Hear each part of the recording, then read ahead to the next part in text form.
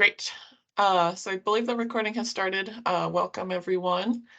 Uh, as a reminder, yeah, so this webinar is designed for service providers to help you all navigate the different programs available from the state of Vermont. And we have a number of people here today, Claire, Kristen, Katie, and Juana, all from different divisions within our agency to talk about the different programs that they run or familiar with. Um, for context, obviously, there's a lot more people who have grant programs in the state of Vermont. There's a lot of federal partners, other state partners, other, nonprofit organizations. Right now, we're experts on our state program, so that's what we're here to talk about. But the Franklin County did put together a really great guide on uh, other grant resources available. So I encourage you, if you haven't seen that, I know everyone on this call probably has, but if you're watching this later, go to Franklin County NRCD and search for their Ag Producers Guide. And there's a ton of information there on other grants, not just state grants. Today, we're going to dive a little deeper into the Agency of Ag's grants, though, and think about how that can serve your farms and just basically give you all an idea of the vast number of different grants that are available. So if you're talking to a farm and they start talking about, the produce side of their operation, then you have some understanding of what might be available versus when they start talking about some really great business idea they have, kind of where to direct that, so you can have more of an understanding of what's out there, and that can, trigger thoughts for you when you're working with farms in terms of what might be there. I'm hoping our presenters can just introduce yourselves as you dive into your presentations. And that I'm hoping we're all going to talk a little bit not only about our programs, but also what resources farmers might need to have developed, or that you all might help farmers develop in order to access those programs, and also kind of more information on who's the best contact to learn more. So if Claire, Juana, Katie, Kristen, if you have anything to add, jump in. Otherwise, I was going to get started on the water quality programs. Great. And one more thought is, I think we are all within our own time going to try to leave a bit of time for questions. Again, this is being recorded, so if you have questions, try to keep them pretty high level. If you have questions about a specific farm or a specific situation, probably best to wait until later to connect offline with the program contact. But if you have more generic questions that might be applicable to anyone about these resources, these opportunities, drop them in the chat, and we can try to curate them and bring them forward for our program managers to answer. So without further ado, I'm going to try to share my screen.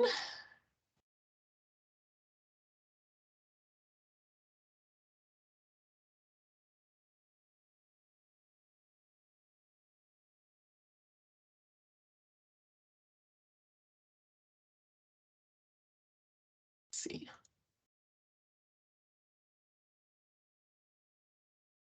Can someone unmute and let me know if they can see my screen right now? Yep, yes, we can see it.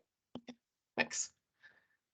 So I'm Sonia Hellett. I work in the Water Quality Division of the Agency of Agriculture. I manage a couple of our financial assistance programs, our grants, and I also do a lot of outreach across our various other grants that are run by different people. So I'll talk a little bit about those other grants as we go along and who the best kind of programmatic contact is. But I also am always happy to serve as kind of the liaison to connect you to the right person. So if you're not sure who the right person is and you reach out to me, I can get you where you need to be.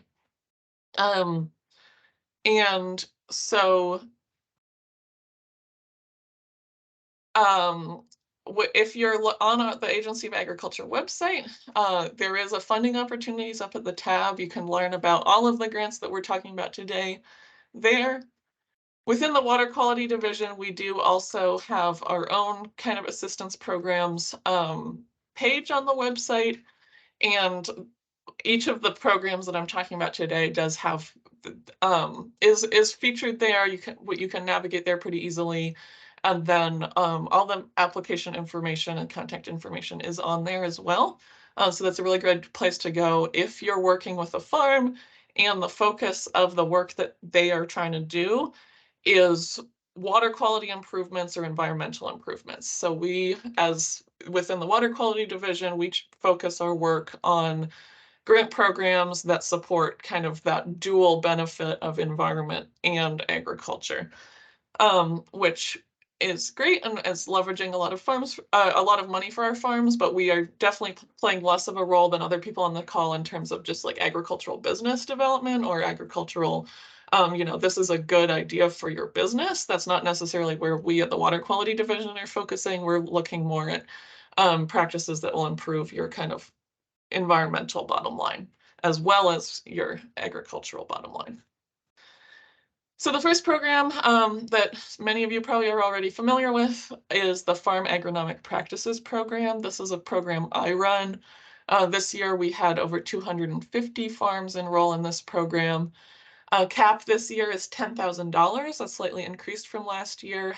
That works within the fiscal year. So people are applying now for anything that they're going to do this summer or next fall, or also in the spring of 2024. All of that is our fiscal year 2024. And so we accept applications on a relatively rolling basis, but I do kind of have a final deadline for those. So anything that anyone's getting in this fall that includes manure injection or cover cropping, I'm hoping to see those applications by August 1st. And then next, if you aren't doing anything this summer, fall, and only want to apply for, let's say, no-till crop planting, the deadline is going to be April 15th for next year. This program is, I'd say, one of our easiest to get into. It's first come, first serve. There's a pretty simple application process. And basically you apply, you sign a grant, you do the practice you said you were going to do, and then at the end of the year, once you're done with it, you send me a list of what fields you installed it on and send me some maps, and then we pay based on your installation. We do often field check as well to make sure it happened. But I really love this program because I really feel like it's hitting a lot of different farms, helping them where they're at and helping them get those practices on the ground. Another arm of FAP that has been underutilized in the past, and I'm trying to revamp this year, is we have an education and outreach opportunity under FAP. So separate from the practice installation, the caps don't really apply. This is kind of a separate arm of the program. We do have funds available for farmers or for service providers, but not necessarily service providers who already have education outreach grants with us, like through AgCWIP.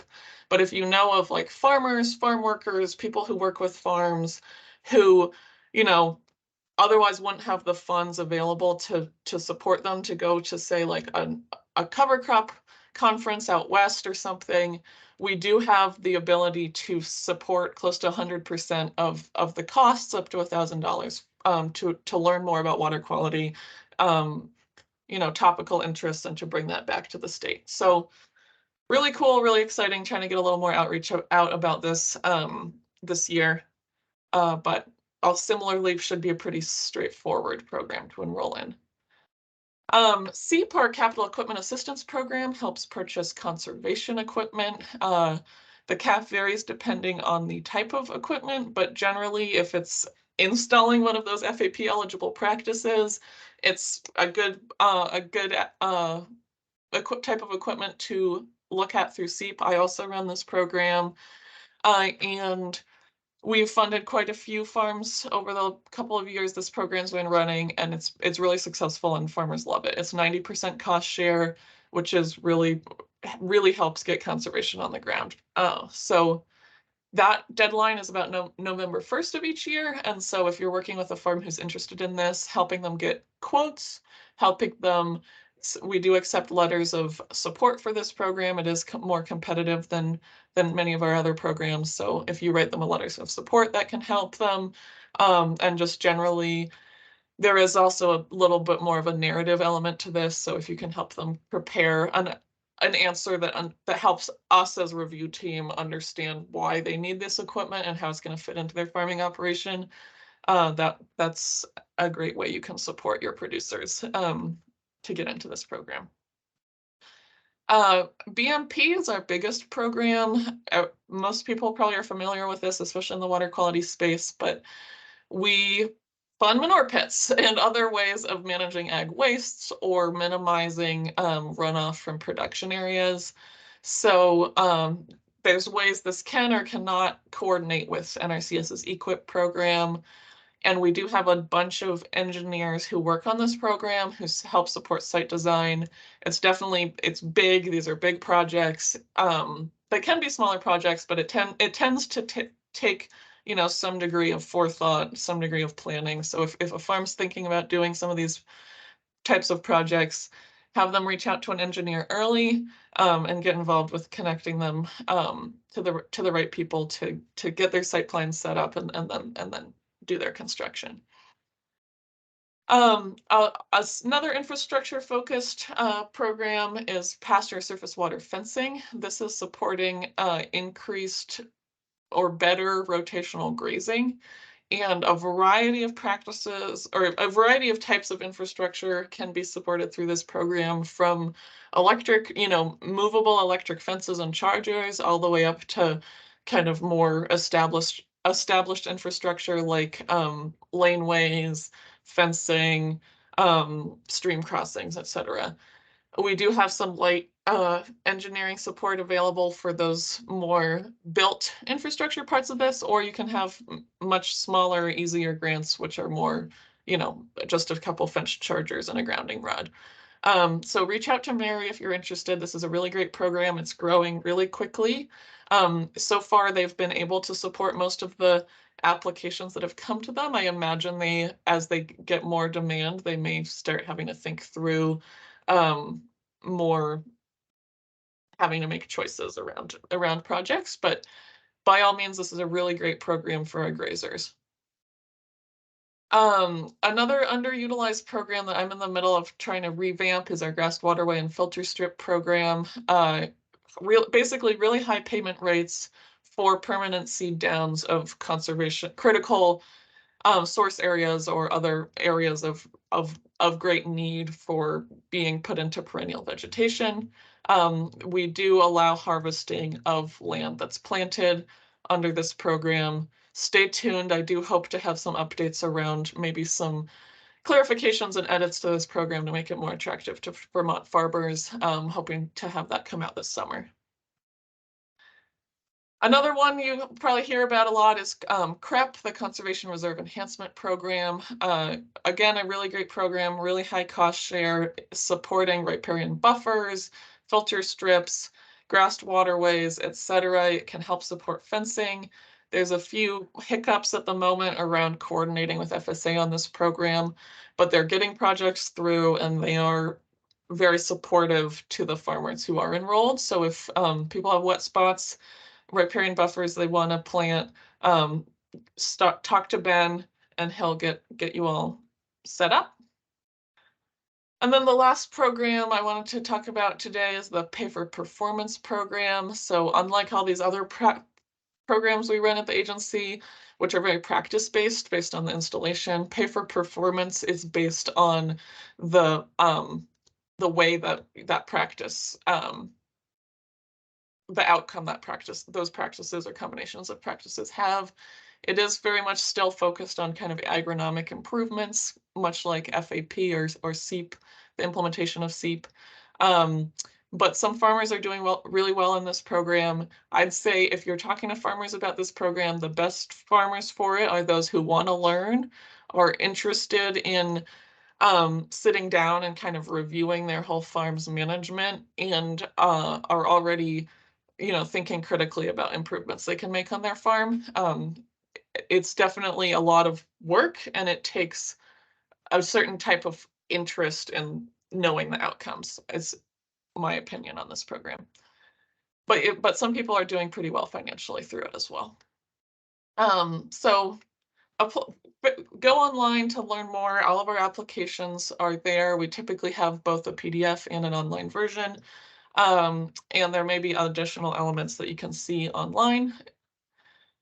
And yeah, this is probably true across all the programs we talk about today, but in addition to the application, often we'll ask for a W-9 if we haven't received an application from that participant before. And then basically from there, it's a grant agreement, maybe a COI if it's a more infrastructure-based project, and then you sign a good standing form. And that's my contact. I'm realizing I am not leaving quite enough time for questions, so I rushed through that at the end. But if anyone has any questions in the chat, I'm gonna stop sharing my screen. And happy to answer a few before turning this over to our next presenter.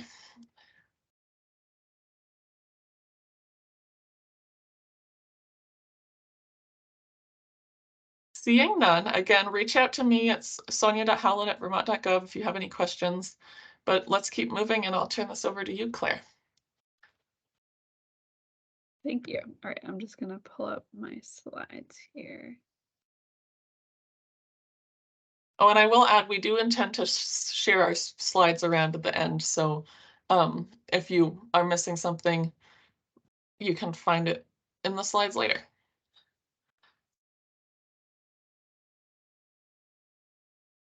Okay, can you all see the presentation in presentation mode? Yes. Okay, great.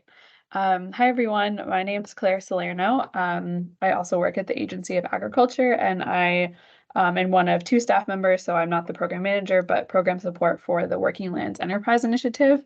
And I'm going to chat a little bit about the grants that we offer. Yeah, so the Working Lands Enterprise Initiative, abbreviated WLEI or WELI, is a program that was created in 2012 with the mission of strengthening and growing the economies, cultures, and communities of Vermont's working landscape. And we are governed by the Working Lands Enterprise Board, which I can talk a little bit more about, which makes investments all across the Vermont farm and forest economy to support businesses in those sectors. Currently, this program manages and invests about $1 million annually into both agriculture and forest-based businesses.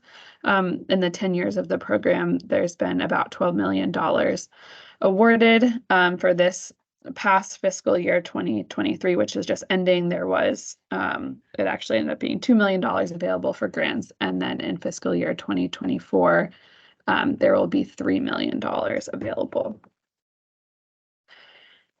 So this is a bit of a unique program compared to some of the other programs that our agencies offer. It's actually jointly coordinated through the Agency of Agriculture, Food and Markets, the Agency of Commerce and Community Development, and the Department of Forest, Parks, and Recreation.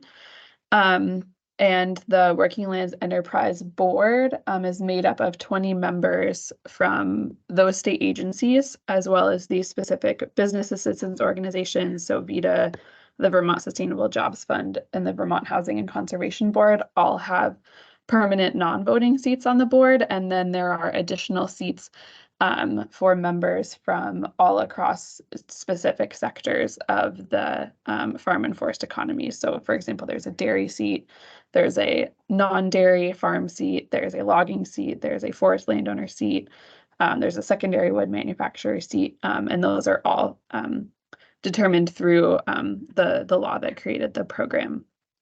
And so obviously the main focus of the program is farm, food, and forest businesses in Vermont across all different sectors within those industries.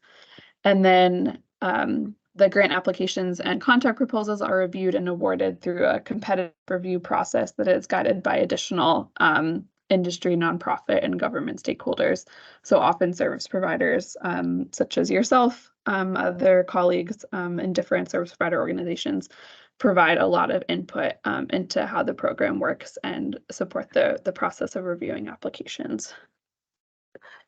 So the typical funding opportunities that we offer, and it does vary year to year at the discretion of the board.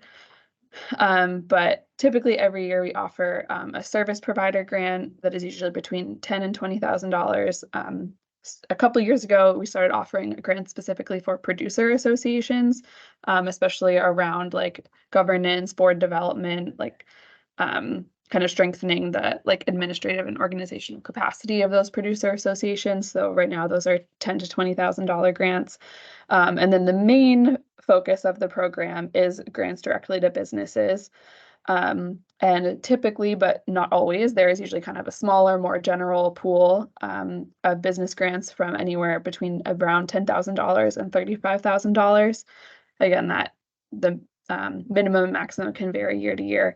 And then as the program has received more funds over the past few years, we've been able to offer some larger impact grants, anywhere between $50,000 and $250,000. So those are not offered every year. It really depends on the funds available, and sometimes those grants might have additional requirements. They might be only for the forest sector, for example, or for the meat sector, and they might require like a larger impact to other businesses, not just the business that the grant is supporting. So general eligibility for any grants, whether it's a business grant or a service provider grant or producer association, only for Vermont businesses. Any structure is eligible for any of the grants, even I guess when we say business grants, there are sometimes nonprofits that apply for those, and any business structure is eligible as long as the business is supporting production of agriculture or forest products. As you have to be in compliance with all state regulations, which is required for all state grants.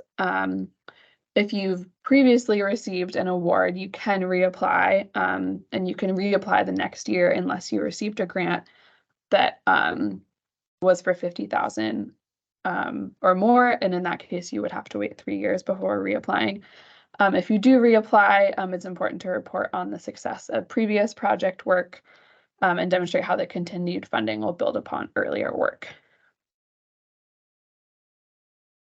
So the types of projects that are funded through the Working Lands Enterprise Initiative, specifically more focusing on the business grant side, are market development. So for hiring a professional marketing branding contractor to kind of revamp that, redoing website or social media, research and development.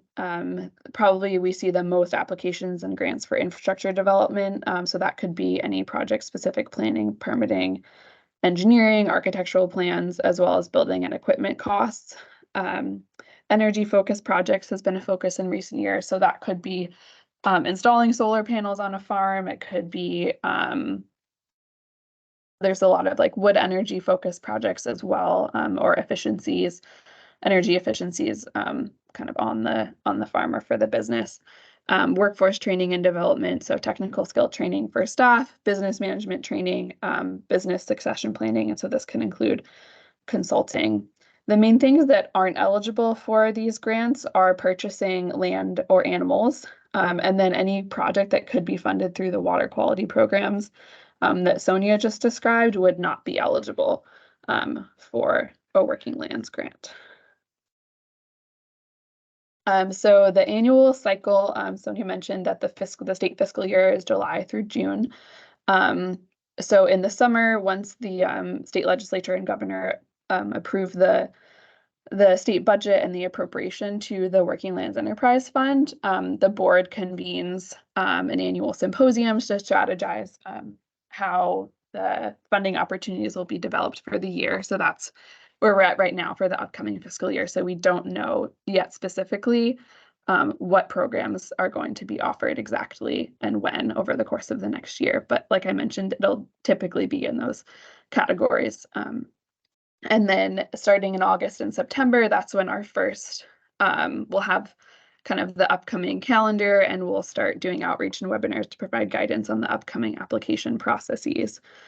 And then throughout the fall, so typically the funding opportunities are staggered. Sometimes, usually not more than one is open at the same time. We'll release a request for applications.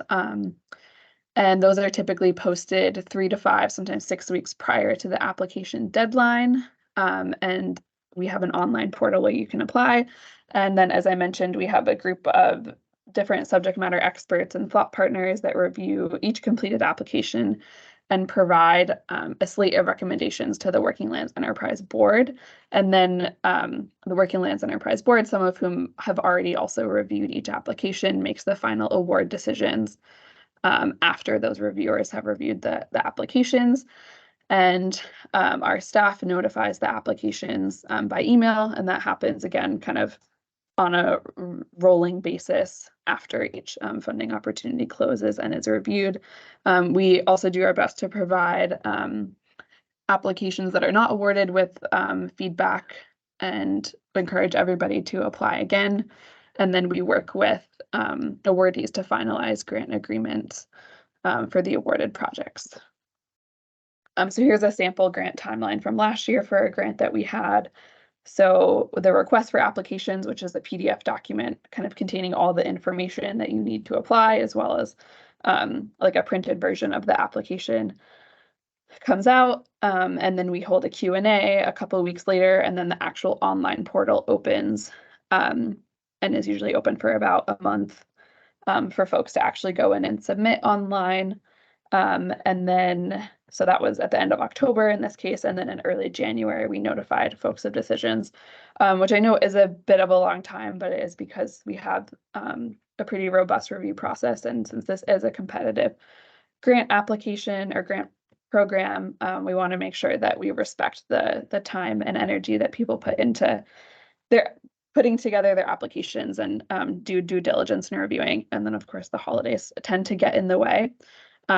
But then in this case, folks had a couple weeks to get in their documentation, and then having March as kind of the start date for those grants for folks to get started before the growing season and then have an entire year to do that project. So matching funds. So one of the big pieces of Working Lands grants is that they are a one-to-one match. So if you are applying for a $35,000 grant, the board asks that you also put in $35,000 of your own funds, and those can be cash sources or in-kind sources. And we can certainly talk if you know someone that's applying or helping someone apply about what those might look like, what constitutes cash versus in-kind. For grants that are federally funded, you cannot use other federal funds as match, but you can use state funds. And again, that's something we could talk more in depth about if you had questions about it. But the board does sometimes allow for a match waiver, a match reduction. And so that's something you simply in the application where you would be filling out your match, you put zero match or whatever it is that you can realistically commit to, and explain why a match waiver is needed at this time. And that's often for approved in cases where there's an urgency to the project. Like I think, for example, if it was a meat producer that is looking to get like upgrade some infrastructure to be able to pass like state or federal inspection, and there's like it just needs to happen and there's no match, but the grant would be able to support the full project and enable that really important thing to happen. That might be an example where a match waiver would be approved. So we definitely encourage folks to be able to apply, even if maybe they can't commit the full match. And certainly you can talk to us throughout the application process, and we can provide input and also resources to other loan or potentially other grant programs that could also be used as a match. So areas where you might be able to support applicants and grantees, probably one of the biggest ones is just getting the word out about this grant program. I know all of you mostly are working with the farm sector, but also if you are working with anyone in the forest sector, maple as well, and just encouraging folks to apply. It is a competitive grant, probably one of the more competitive ones that the agency has. But that doesn't mean that folks shouldn't apply, and we do our best to support folks. And even if people are not awarded, we often find that if they apply again, they might be awarded. So having that encouragement to apply is really, really helpful. They might need help with developing kind of the project proof of concept. There are a lot of narrative elements to the application and kind of making sure that they have a clear vision that is going to come across clearly to the reviewers. Some larger applications do require a business plan for the larger grants, so they might need support with that. Again, same with some grant applications do ask for financial documents for specific like time periods or in specific formats, and sometimes businesses need support getting those together.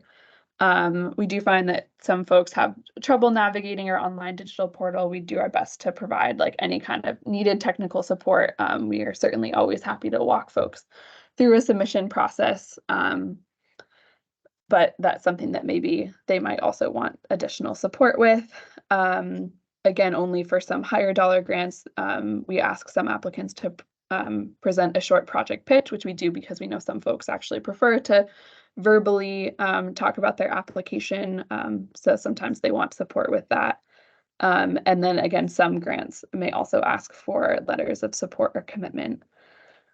So, and kind of on that note, I think with all of these pieces, as program staff and with the board, we're always seeking to improve our process and make it easier for applicants to navigate on their own. And we do welcome any feedback you have if you are already familiar with our application process or are hearing about this for the first time and have questions or constructive feedback. We certainly welcome that. This is Web Grants, which is our online portal that several of our other presenters will talk about, since this is what the Agriculture Development Division uses for most of our grant applications. So this is where applicants would go to fill out a grant application and also to manage their grant, so to submit any reports and claims to receive funds.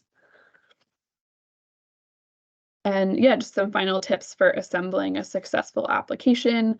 Starting early can be really helpful, making sure you have all your documents in place, finalizing your project information. If you have to make any updates to your business plan or contact partners about letters of support. Again, for some bigger projects where there's a lot of folks that are going to be involved, setting up a meeting early on, registering in our online portal, making sure that you read the full request for applications, which is posted online. We do also have guides about the technical aspects of how to submit an application. And again, if folks are having trouble with the online portal, you can also always draft responses outside of that and then enter them online. And yeah, as program staff, we are always happy to set up a one-on-one call with anyone that just wants to learn more about the program or wants to apply. I have my email here. I don't have my phone number, but I'm happy to put that in the chat as well, since I'm happy to talk to anyone about the program. All right. I think I blazed through that, and we might have, I think I might have still gone over time, so I don't know that we have time for questions, but I'm happy to have any over email. Okay, thank you. And I'll also put my email and phone in the chat as well. Or actually, I will just link to our website. We do have a separate website from the Agency of Agriculture, since we serve forest businesses as well.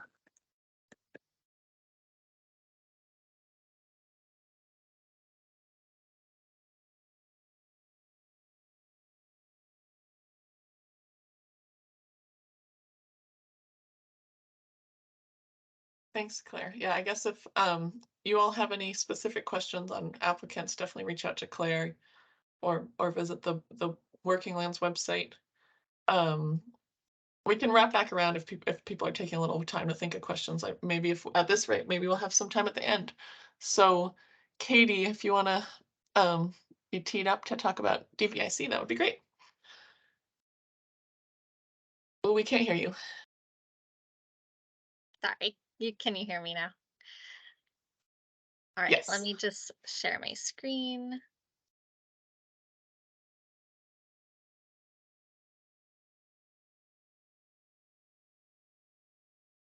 Oops. That moment. I'm going to share a different screen.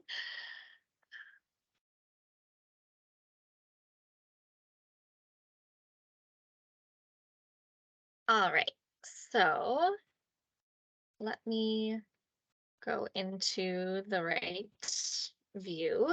All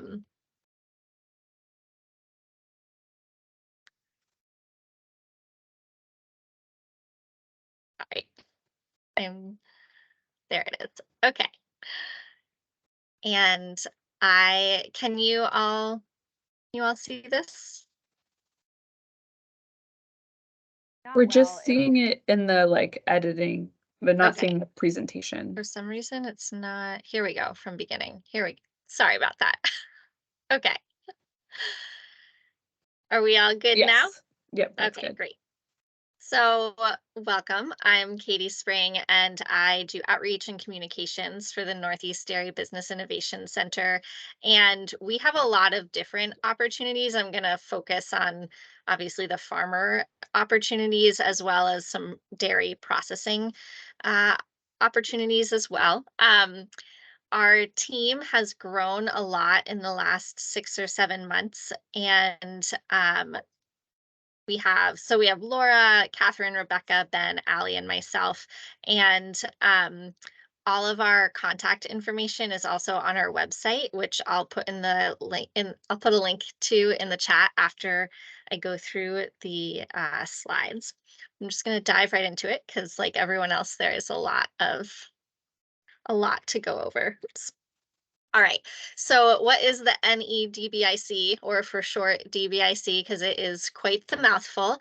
Uh, if you have not heard of us yet, we are one of four national centers that was created in the last Farm Bill. So, the USDA created the Dairy Business Innovation Initiative, and we are focused on the whole Northeast region. So we work obviously with Vermont farmers, but also farms in 11 states throughout the Northeast. And our mission is to increase the resiliency of the dairy sector.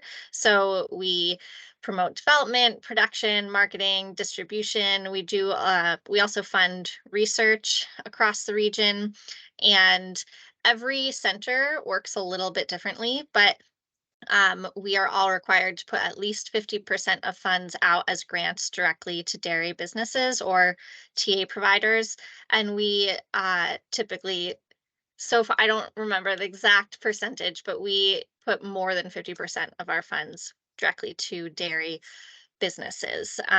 So to date, we have been awarded $38.7 million, and we are constantly offering grant programs to distribute the money throughout the region.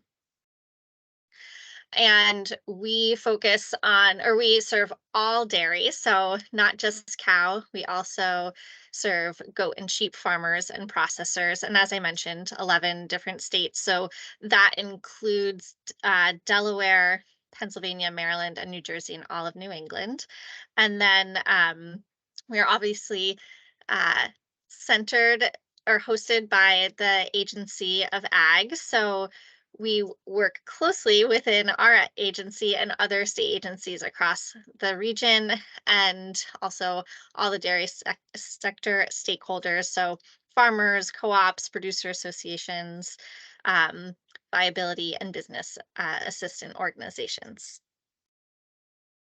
So the next two slides, this one is farmer focused grants, and then we'll go into processor focused grants. Some of our grants are open to both of those groups. And then we also have grants that like producer associations or TA providers can apply to. And because we have so many different types of grants, I wanted to put this slide together without specific dates because we have updated dates on our website, which again, I'll link to in the comments. But here's a snapshot of grants that we have offered and that we will offer again. The Dairy Food Safety and Certification Grant is one of those that both processors and farmers can apply to. So that includes things like equipment for pasteurizers or taking a class on food safety or creating a HACCP plan or becoming certified in some form of food safety that's necessary for a cheese processor, for example. So that one recently closed. And oh, I guess one thing to note is that because we work with farmers and processors, we tend to schedule the different grant opportunities at different times of the year. So most of our farm focused opportunities uh, open in the fall, like October or November, and end by March. And then more of the processor grants open like as the farmer ones are closing. So late winter, early spring through the summer. And that's just to acknowledge that farmers are really busy in the summer. And so we want to have the open grant periods be aligned with when they have more capacity to actually go through the grants and apply. So we are now in the season of announcing a lot of the grantees. So we are in the next ag review, you'll see the food safety and certification grantees announced, and we are getting ready to announce the innovation and alternative management grantees as well. And so that program focuses on climate forward dairy, community forward dairy, um, kind of it's a very large range of projects. So there are, for example, there's a project focused on education and workforce development, specifically with a focus on bringing in LGBTQ folks into the dairy industry. There are other projects that focus on increasing forage and grazing transition. There are other projects that are all about the like wearables for like ear tags or collars, or robotics within barns and milk rooms. So the innovation is like a very exciting, wide ranging grant, and that will come back in the future as well. And then we have a milk storage and handling grant, both for like a general one and an organic specific one. And this is a very straightforward grant program. Most of the farmers that have uh, received grants through on-farm milk storage and handling opt to get new bulk tanks. And this is one of those relatively straightforward but very impactful grants where in, whether you need a larger bulk tank or you need to replace an old bulk tank, we've seen a lot of improvement in so many farmers that are dealing with old equipment that are leaking freon or very, very energy intensive. And so we're able to purchase equipment in order to increase energy efficiencies and help farmers go from everyday milk pickup to every other day, and um, things like that. And this year we also broke it out into an organic, and so a general pool and organic pool, because we were noticing that many organic farms were asking for slightly smaller amounts of money, um, and that there was just such a need for milk storage and handling equipment. So we will definitely be bringing that one back in the future as well. And then we have a dairy farm cohort TA contract, which is really cool. I think we're in our 5th or 6th round, and this one recently closed as well. But this is a great way for service providers to get funding in order to work with farmers. So within Vermont, we have a number of cohorts. That one is focused on helping dairy farmers transition to grazing. Another one is focused on increasing forages and really dialing in pasture management. But that one will also open up, and it's great because farmers end up getting to both work one-on-one with TA providers as well as learning from each other. And the feedback we've heard is that farmers really appreciate being able to work within a group. And another aspect of the TA contract is that farmers who are part of a dairy farm cohort, we for some of our grants, we will hold a specific amount of money for those farmers. So for example, with the Dairy Farm Innovation Grant, we that was a $900,000 total funding, but we had 400,000 of that reserved for dairy farmers who were part of the cohorts in order to just build in more opportunities for them to continue on the work that they've been doing with their service provider. So now we're going to go into the processor opportunities. And again, we work with a lot of dairy farms that are also processors, especially the smaller farms that are, for example, they're milking, but they're also making artisan cheese. So if you are working with folks that fall into that category that might be able to access both of these types of opportunities, we would love for you to share these with them. So the Food Safety and Certification Grant I mentioned before, that is open to farmers and processors. We have one, a processor research and development innovation grant, and this one is really to help fund processors, give them the time and capacity to do research that's going to help increase marketability and increase connection with consumers. That large national brands have a lot of money to pour into R&D research, but our smaller regional processors might not always have that ability. So this one is exciting, as they all are. And then we have a dairy marketing and branding services grant, which is open right now but closes tomorrow. And we've seen really great examples with this. One example is Bridgman Hill, which is a goat dairy co-owned by Jasper Hill, and they bottle under the Oak Knoll brand. And so they had a really successful project of updating a 30-year-old brand and writing a new website and getting new labels. And they've really seen a really great increase in sales connected with that branding. Um, we are in the midst of an existing processor expansion grant, and this one has 3 different tiers just to be able to help many different sizes of processors. So right now, tier 3, which is our smaller, more like farmstead processors, which a lot of them may fall into being processors and farmers, that is currently open through August 24th. And then we'll have a packaging innovation grant open very soon. So stay tuned for that one. And then we also have some other upcoming grants that are not yet fully written, but we know that we are going to be focusing money in these specific directions. So this information will come out closer to the fall, early winter. So one of those categories is a goat and sheep supply chain grant. We have about $750,000 to put towards this category. Previously, we offered grants that so because it's a supply chain grant, obviously benefiting more than one business.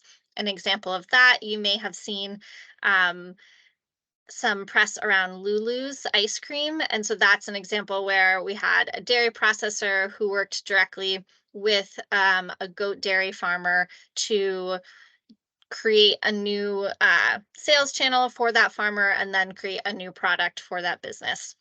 Another example is Vermont Shepherd, which put together an educational series for other commercial sheep dairy farmers and led, I think, 4 or 5 workshops to help others really build up their own sheep dairies.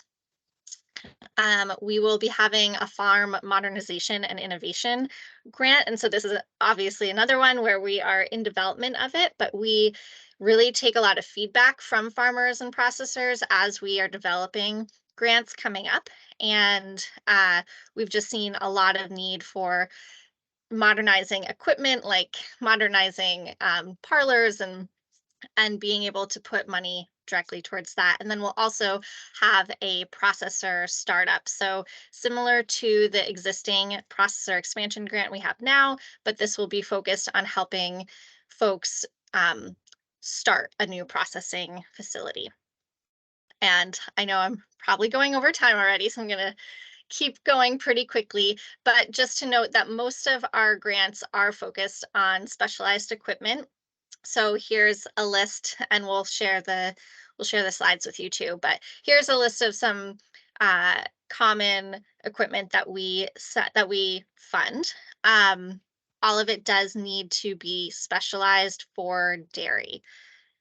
So, for example, we are not able to fund any construction or any general equipment. So that might be like a tractor, that can be used for many different things. So all of the funding that we offer has to be dairy specific, but with the majority of our grants, we ask for a 25% match to the grants, and anything that's an ineligible cost can be counted as the match. So if a farmer needs to do some construction, that can cover the match. All right. And as Claire shared earlier, we also use web grants. And so all of the whole grant application will go through web grants, but just some quick pointers on successful applications. It often just really comes down to a full reading of our RFA, and underneath each of our grant sections on our website, there is a how to apply, which will walk you through the whole process. But one thing we really like to stress is that you don't have to be fancy, you don't have to have a grant writer. We are really looking for clarity and for a well thought out plan, and to understand really how this grant will help the farm business through, in their project. And it seems like, it should go without saying to answer all parts of the questions, but we really need that to happen. Sometimes we'll see people kind of copy and paste the same things, but to have a successful application, be thoughtful and clear. And we also typically ask for letters of recommendation or letters of support. So if you are working with a farmer and can submit a letter of support, that's also really helpful for the application. Any successful applicants will need to supply a unique entity identification number, which used to be called the DUNS number. Sometimes that can take a little bit of time for people to get a UEI. So we just always encourage people to go to sam.gov and sign up for a UEI, and then also a W-9, and then reach out to us. And we are really happy to talk through applications beforehand. So you can email, we have a general email for our program, agr.dairyinnovation@vermont.gov. And so if you email that address, we will get you to the right grant coordinator, or you can go to our website and you can see a list of our grants, and underneath each grant program, it will tell you who the specific grant coordinator is for that program. And then we also have a monthly newsletter that gives all of the information that comes out the second Wednesday of each month. So next week. So if you are not already signed up for that, I will add this link to our chat here, and I encourage you to sign up. So that's DBIC, and I'm gonna stop sharing so that I can see everyone here. Here we go. Yeah, so if you have any questions, you can reach out to me or type them in the chat here.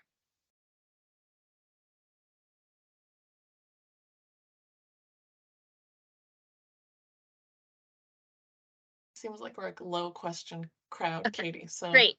Just glad you're still there. If you want to drop your contact information in the chat like Claire did, then we can turn it over to Kristen, and you all can reach out to Katie if you have any questions in the future.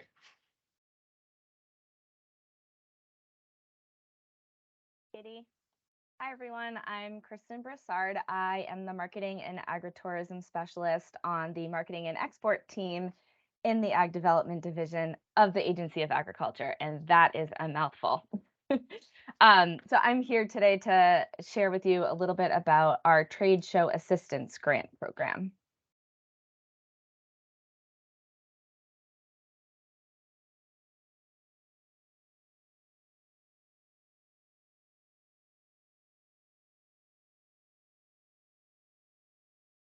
Does that look okay for everyone? It looks very strange on my second screen. Okay, perfect.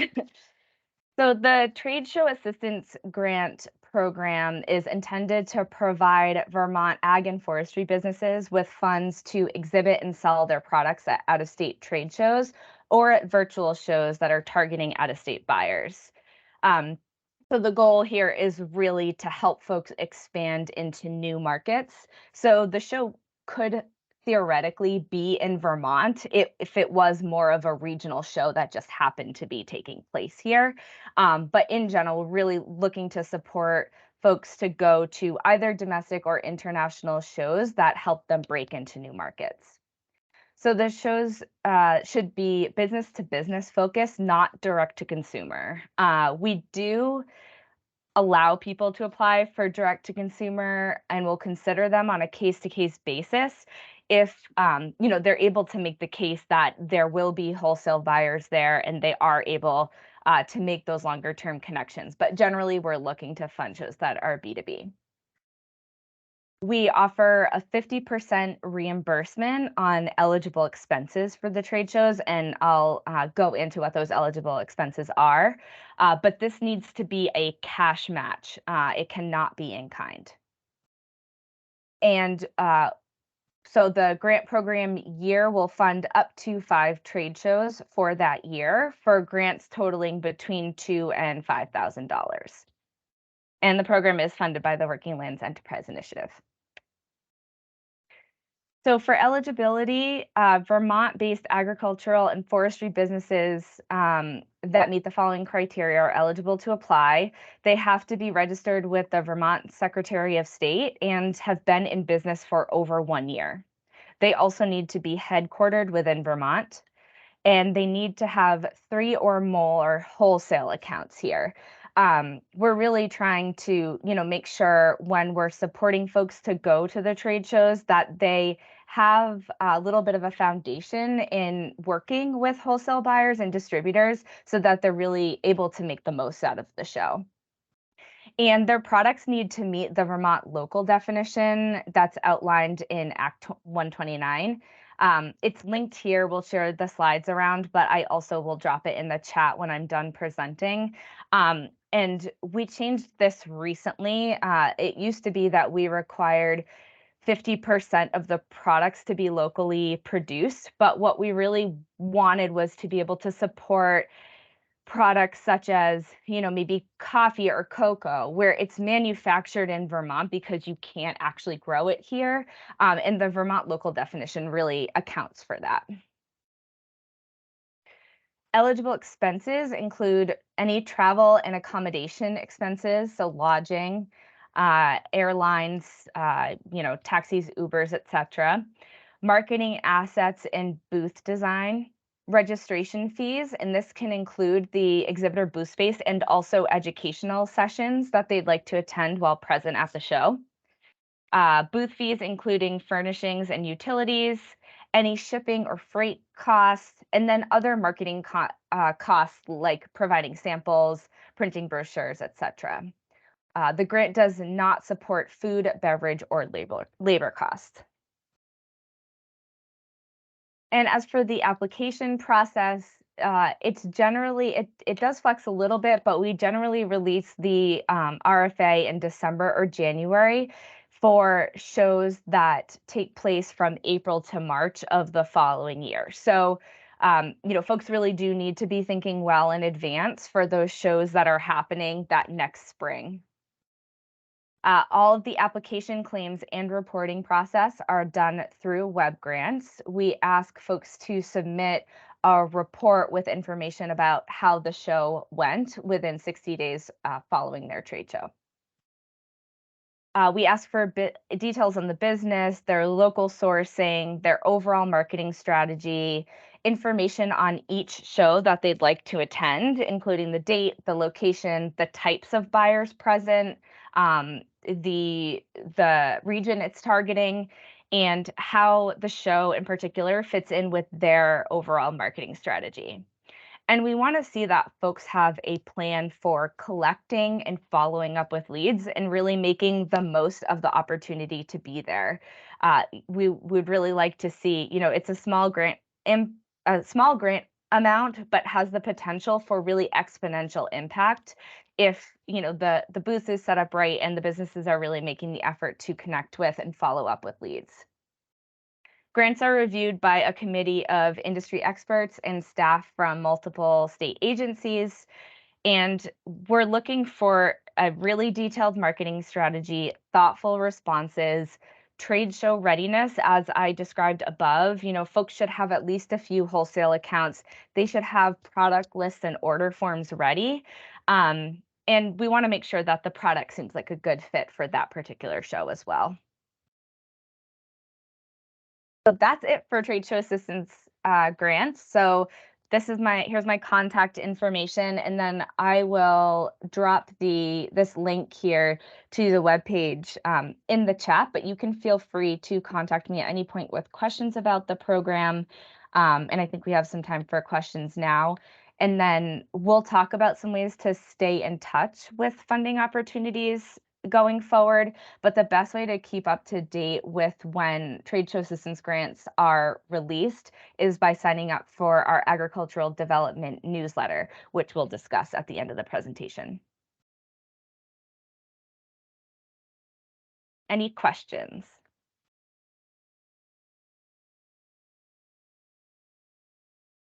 All right, thank you.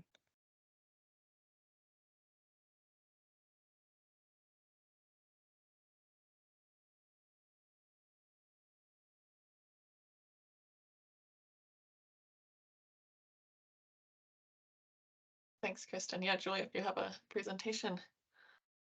Great, perfect. Great. So hi everyone. My name is Julia Shire. I'm the lead for the market development team in the Ag Dev division at the agency. I'll be chatting about the Local Food Purchase Assistance Grant, or LFPA. It's a pretty new program, and it's one time. And we are in development of kind of the second phase of it. So I don't have a lot to share in a PowerPoint, but happy to share some details. So the Local Food Purchase Assistance, or LFPA, again, it's a new USDA program, and it's really designed to have a twofold goal: to support socially disadvantaged farmers and producers, and to move that food to underserved community members. So this is available to all states in the country. It was originally through some ARPA funding, and Vermont received $500,000 in an award for a 2-year agreement last July, so July of 22. Since then, the agency has awarded 14 projects that have all begun, or at different phases, and are going to run through next spring. And so these 14 programs are really diverse around the state. It's things like, expanding healthcare shares to more rural communities. There was a really fabulous halal chicken partnership with a local grower and the slaughterhouse to offer halal chicken. And then things like adding on CSA shares to community members who might be food insecure or in need of more culturally appropriate food. So as I mentioned, there's that twofold purpose of supporting socially disadvantaged farmers or producers and moving that food to underserved community members. Those are USDA definitions. They're defined in USDA's RFA and a lot of our materials, but they're actually quite broad. For example, the socially disadvantaged farmer or producer, they could be BIPOC individuals, they could also be women or queer individuals, folks with lower economic, socioeconomic status, et cetera. So there's actually, I think, a broader array of farmers and producers that would technically fall under this category than you might initially assume. So there was an additional set of funding that was authorized recently, and so the agency will be putting out a second RFA, or request for applications, for about $485,000. We're currently in the process of onboarding a few new staff to really support this expanded program, and really getting feedback from the community and looking at lessons learned from last year's RFA to really finalize a lot of the details. But we believe that this will be announced this fall, and that applications will open toward the end of the calendar year, probably October, November, December. We'll be making decisions early in 2024 with the hope that these projects will run from probably about March of 2024 to March of 2025. Projects don't need to cover that full year. It could just be for, next summer and fall. A few things that we do know is that the projects must purchase Vermont product. The majority of those purchases must be from a farmer who falls within that socially disadvantaged definition that I alluded to before. Farmers and producers don't need to disclose which part of that category, like I'm queer, I'm a woman. It's there is a yes or no section on reporting that we're required to submit to USDA. We've also been able to be a little bit creative with folks that may feel uncomfortable disclosing that and answering questions about, what that paperwork is and who it goes to. So we really, if that is a barrier to folks applying or, feeling comfortable with the process, we're really happy to have those, nuanced conversations and do the best we can to find a creative approach that feels comfortable for the farmers and producers, but also kind of meets the guidelines that we need to adhere to. So that purchasing could be purchasing from yourself. If you're a farmer that likely falls under that category, you could technically purchase that kind of at market rate from yourself and add on CSAs or add on a distribution as you see fit. That could be a middleman organization kind of purchasing from multiple farms and producers around the state and aggregating into a distribution. We also would require it to be distributed to underserved Vermont communities at no cost and with no barriers to entry. Projects need to be new or expanded projects. It can't be covering the costs of maybe what's already happening and what's already budgeted for. And then there is a change this year with, because it's coming from a new pot of funding, that all of the funds in this grant need to go directly to that food purchasing. So unfortunately, there's no room in the budget for staff time or administrative oversight, supplies, mileage, that sort of thing. So that's also another complexity that we're happy to have one-on-one conversations with applicants who might be interested in doing this work, but maybe need a little additional support kind of figuring out how to find the staff capacity to make it happen. There's also a little bit of complexity with meals or processed food. And so the prepared foods need to be really 100% local to Vermont. So if folks are interested in meals or processed food, we can talk about more of the nuances of that. So there will be much more details to come in the late summer or early fall as our team really kind of finalizes all of the details of this.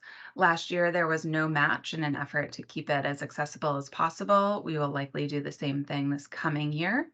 I'll also note that this grant is really new for USDA and definitely has an emphasis on equity and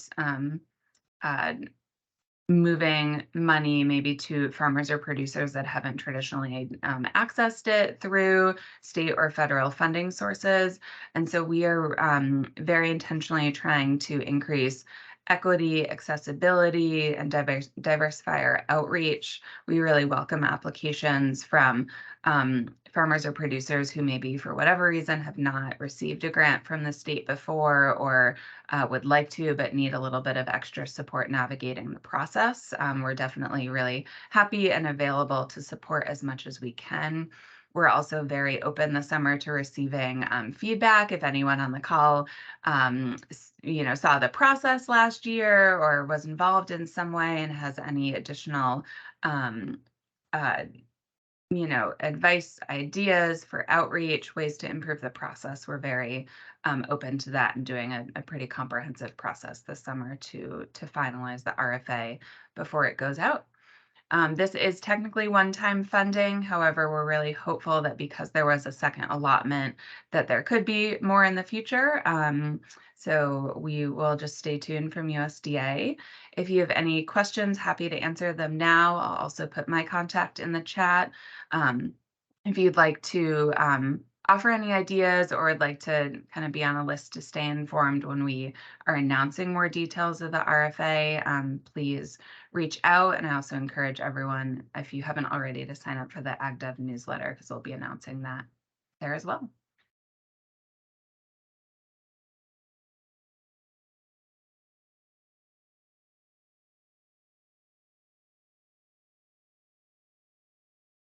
Thank you, Julia. Yes, I do plan to, we'll share the link to the AgDev newsletter right at the end as we leave, if people aren't subscribed yet. I see Juana's come on. Do you want to take it away, Juana? Yes, of course. Give me 1 second to share.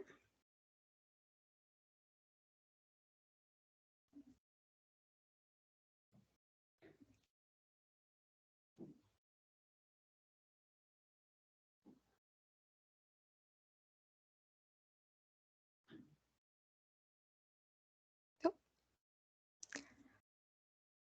All right, can you see this? We can. Okay. Yeah, so pretty much I'll be talking about Farm First. My name is Juana Lopez, and I'm the Farm First liaison between the Farm First Agency and the Agency of Agriculture. So pretty much Farm First is a Vermont-based program that provides farmers and their families counseling and access to resources and information to reduce stress. Many farmers come to us with issues of mental health, wellness, family-related problems, and financial reasons. So it could be any reason that they can reach out to Farm First, and we'll definitely get the help that you need. This is a public nonprofit program that's sponsored by the Vermont Agency of Agriculture and the Vermont Agency of Human Services, Invest EAP Center of Wellbeing. Many of the staff in the Farm First are licensed counselors and agriculture resource coordinators who have the experience in agriculture to help the needs of farmers. So pretty much the way that one can contact Farm First is through the phone number that is on this slideshow. You can also email Karen Crowley, who is the program manager of Farm First, but definitely either reach out by phone or website, which is the best way to contact Farm First. These services are definitely free to all Vermont farmers and their families, and all the information that is shared between both Farm First and the farmer are very confidential and private. So pretty much one of the programs that Farm First has is the Farm and Ranch Stress Assisted Network, FARSAN, in which they are able to reach out to farmers who want to be part of the Farmer Peer Network development. They take part in agriculture service provider trainings, education and outreach to the public, increased access to counseling services for farmers and their families, behavioral wellness checkups, and expansion into the farm worker community. So pretty much what the program is about is being able to reach out to farmers whenever they need help. One of the programs that we are definitely promoting is the Farmer Peer Network, which are farmers who have been part of the farming community for a long time, want to promote and support other farmers. And so pretty much farmers are able to get trained and certified to help other farmers and communicate with them and share experiences. And pretty much farm first is a way to promote that there's a way to understand others and being able to talk to somebody when they need it. And so the Farmer Peer Network is peers are trained on the basics. They are learned how to connect with other people and how to use non-judgmental active listenings that help others feel heard and reduce their stress. They also have different kickoffs, and they've had different events in order to show this. Many of them were in the beginning of the year, but they're trying to see in other ways that they can promote uh, the Farmer Peer Network. So pretty much the Farmer Peer Network, these farmers are getting stipends for the trainings that they take part in order to be part of this network. They have different separate trainings to be committed in this. There are 2 6-hour training sessions in order to learn how to better listening, learning listening skills, and be able to communicate with others. They use Google Classroom to build community, individual meetings with facilitators between training series, flexible in both content and process, and they just have ongoing support for people who want to be part of the farmer peer trainings or want to just connect with a farmer peer. And here are some of the comments that many of the people have in being part of the farmer peer trainings and just wanting to be part of connecting with Farm First. Another service that they are promoting as well is the well-being checkup. This currently just started. It's a way that participants can talk to a health coach at Farm First, and this could be through video or in person, and you will be assessed of your well-being and then have area of wellness to work on. This will be a 15-minute and 45-minute session of a survey, and you'll get a follow-up 3 months later to see how you're doing and any checkups or follow-ups that need be needed, and you get $100 to be able to participate in this. So definitely take part in this. And yeah, that's my spiel on Farm First. Another program that I would be talking about is called PASA. And let me just share that as well. Give me 1 second.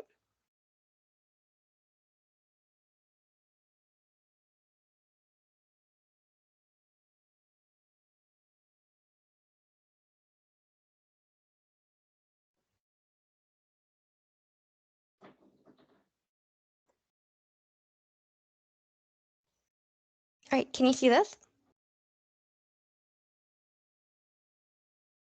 Yes, it's a little bit zoomed in, I think, but I Yeah. think it's fine. Okay. All right, so pretty much PASA is PASA Sustainable Agriculture. It's one of the organizations that the U.S. Department of Agriculture, USDA, is providing a $600 stipend to farm workers, meat packers, in order to produce like the amount that they used during the pandemic. So if they worked during the pandemic, they would be able to apply for a $600 payment. This is the phone number. They can contact them if you have questions on how to apply and how to be part of the program. Here's the barcode that you can use as well. So pretty much what this is about is that frontline farm workers and meat packers workers who use expenses during the COVID pandemic can apply for one 600 relief payment through Positive Sustainable Agriculture and other approved USDA partners. If you are part of these locations, you can definitely apply to it. As you can see, these work with 14 other states. And if you work between January 27 to 2020, January 27, 2020 to the end of the pandemic, you can definitely are eligible for the relief payment. There is no cost for this payment or to apply. Also, if you are a migrant or worker who is undocumented or documented, you can definitely apply for this payment, and none of the information will be shared with USDA or any other government affiliated. And so pretty much who are eligible for these for the $600 payment are field workers, livestock workers, and meat packing workers. And the way that you apply is you have to have a photo identification. These are some of the options. You need a proof of employment that are a W-2 or a tax form and a pay stub. But definitely you can reach out to this phone number if there are other ways or information or documents that you think are possible or eligible for this payment. And so, yeah, those are the two programs. I will share both programs on the chat and my contact information.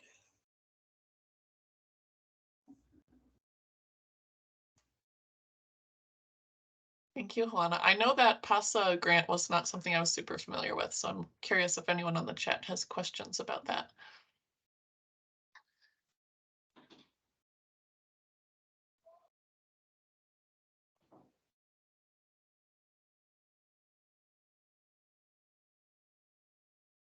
Okay, if not, again, reach out to Juana, who shared her contact in the chat if you have any more questions.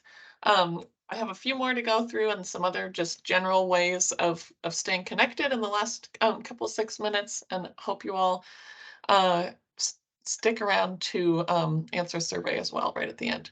So I'm going to share my screen real quick.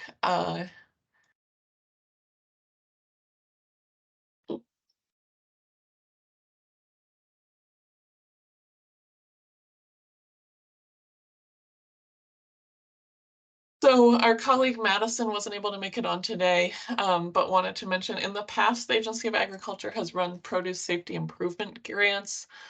This has been for, wash and pack areas, deer fencing, other ways of ensuring that produce growers uh, uh, are able to comply with produce safety requirements. And so that is not running this year. It did just closed for 2023, and it seems like there may not be funds for this upcoming round, but they're hoping to hold it again in the future. And it's good to know that this is an opportunity that may be available. So stay tuned, and you can get in contact with the produce division if you have, or the produce people at the Agency of Agriculture if you have more questions.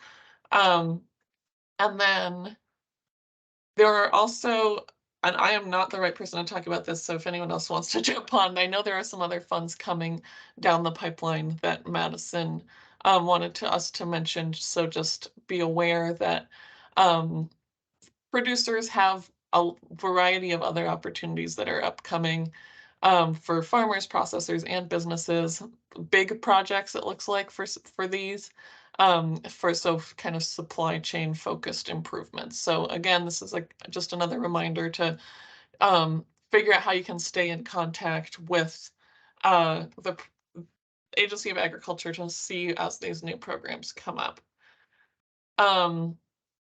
We all dropped our information in the chat, but I wanted to put this up here in case people who are recording don't have access to that. This is all our emails. Feel free to email any of us or the groups we work within if you have any questions.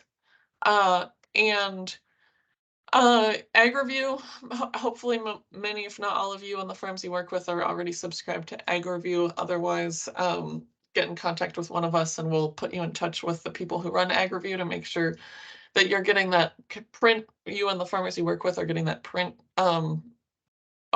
awareness of upcoming opportunities. Various parts of our programs are also active on social media, so that's another way to stay in contact. The agriculture.vermont.gov/grants will bring you to a list of all of the funding opportunities we talked about today, maybe even more, because if you're working with people who aren't farmers but more food businesses, right? There's CSA grants, there's other marketing and branding grants that are more specific to producer associations rather than farms. We're focusing on farms today. You can learn about becoming part of the Big E, et cetera, et cetera. So that's a good place to go. And then many of us have mentioned the AgDev newsletter. I'm going to drop a link in the chat right now. Wait, that may not have worked because it needs an H. If you are not subscribed to the AgDev newsletter, try to hit that link. I'm not sure if it's going to work. If not, maybe someone else on the chat can troubleshoot. But the newsletter comes out weekly. It has all of our grants opportunities are noted there. It's really easy. There's only like 5 things coming. It's not a huge information overload. Each week there's like 5 articles. And we do uplift the opportunities from other agencies that may be relevant to Vermont farms. So you see like home ownership support for rural Americans is something I screenshotted here. Tips for hosting classes on your farm. The Agricultural Development Division does a really great job of sharing information, including grants, and then also, tips and events and other things that are really relevant to our farm and food businesses. So highly, highly recommend that you and the farmers you work with subscribe to this newsletter. That's a really great way to have this information come directly to your inbox. Any other thoughts from my co-presenters today as I pull up our final survey form?